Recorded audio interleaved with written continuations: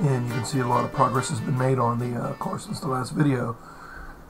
All the framework here is roughed in, the pods are in place, and the center gauge cluster is mounted.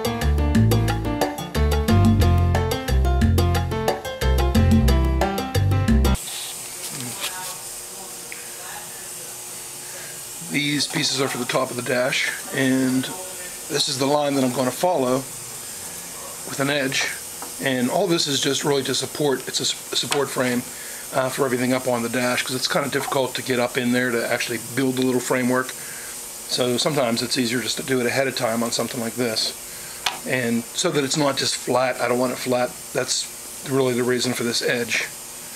And the tweeter will be mounted over on this side here. This is the driver's side. Keep it steady.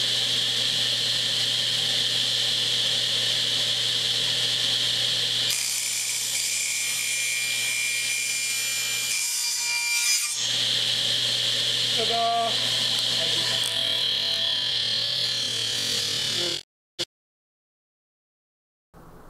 And this is the edge that I was talking about.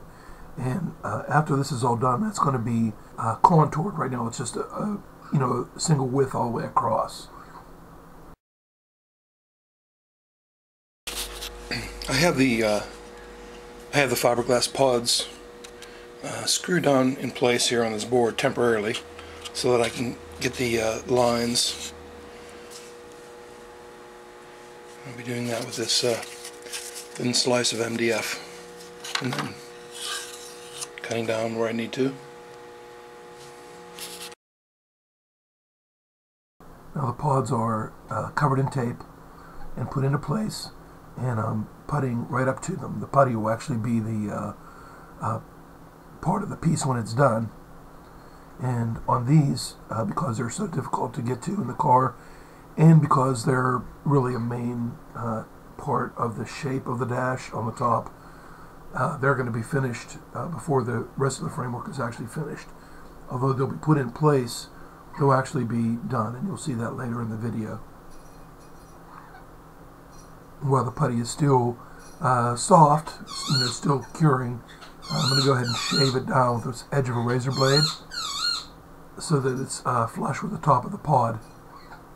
Now I can go ahead and pop it out of the piece, and because it was taped it with like 4 layers of tape on the edge, and that gives me the thickness of the vinyl, so that when I go to wrap this thing, it'll fit in a lot nicer and take less adjustment. It will take some adjustment. That's why the pieces aren't painted yet.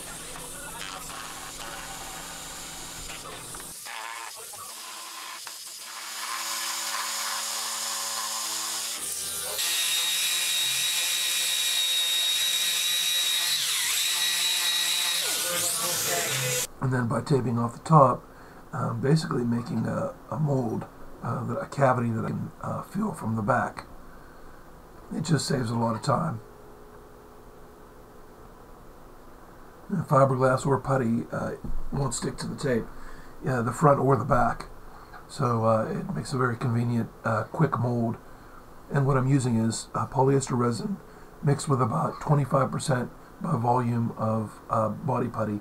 And the body putty in this case is just to make it thicker, so that I can, after I pour it in, I can, spread it up the sides a little bit.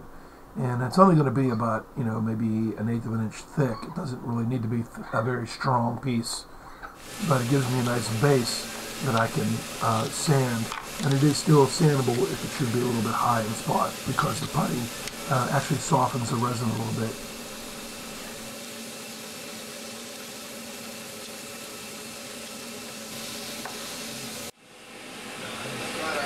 fight somebody.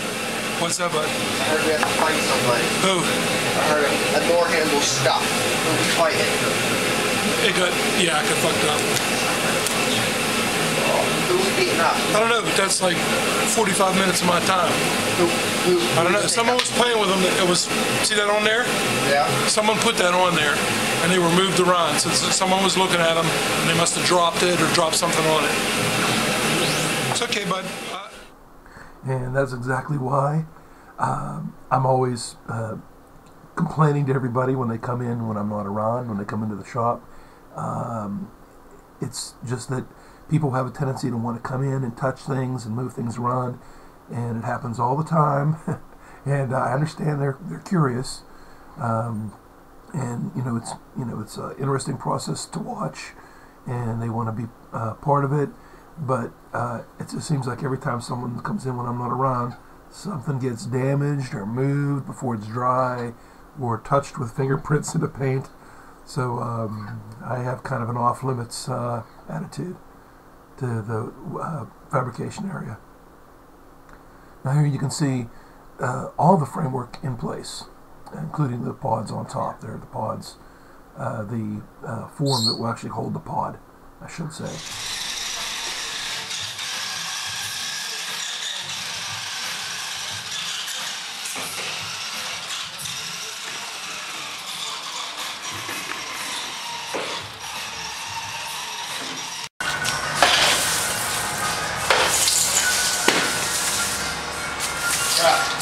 Nothing, bud. Just wanted to get this on film.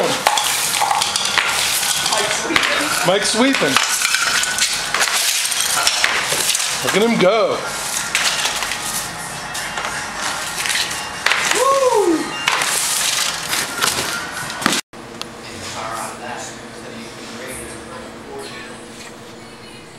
And this is the driver's side of the dash.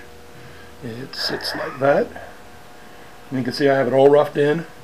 And at this point, there are a lot of things on it that need to be changed, shaped. It's very rough, of course, because in the car it's hard to get to. Like up here, it was difficult even to get this piece in. This needs ground down. That'll be the first thing I do, is grind down all of the edges that are sticking up, that may touch the cloth when I wrap it with the cloth. And the framework needs to be strong enough so that when you stretch the cloth, it doesn't warp the frame. That's basically the secret to getting this thing to fit back in the car.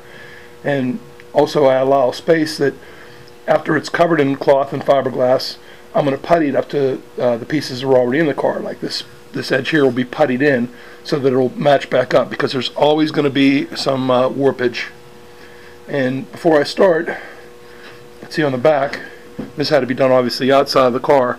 These pieces were put on, these just thicker pieces of wood, just to keep it from warping from corner to corner. Basically make like an X and maybe a couple braces, whatever you need to keep it so that it's fairly rigid. And that of course will come off after it's covered in cloth and fiberglass. And this piece here will have to be taped off, because that's already puttied.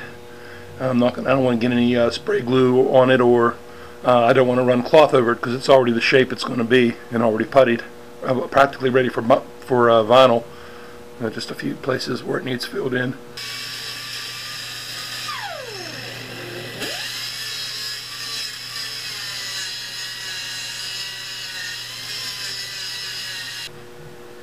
This is just it's actually swimsuit material, and I found this works best. I almost never use the fleece that a lot of people use, because all it does is suck up a lot of resin, make the piece a lot heavier, and you can't get crisp lines with fleece. I want to spray adhesive on the back of the cloth and on the front edges wherever I actually need it to stick, and nowhere else, hopefully, or as little as possible everywhere else. So I'm going to mark it on the outside roughly where it needs to be sprayed, and then it will show through to the other side. I'll be able to see where to spray the glue.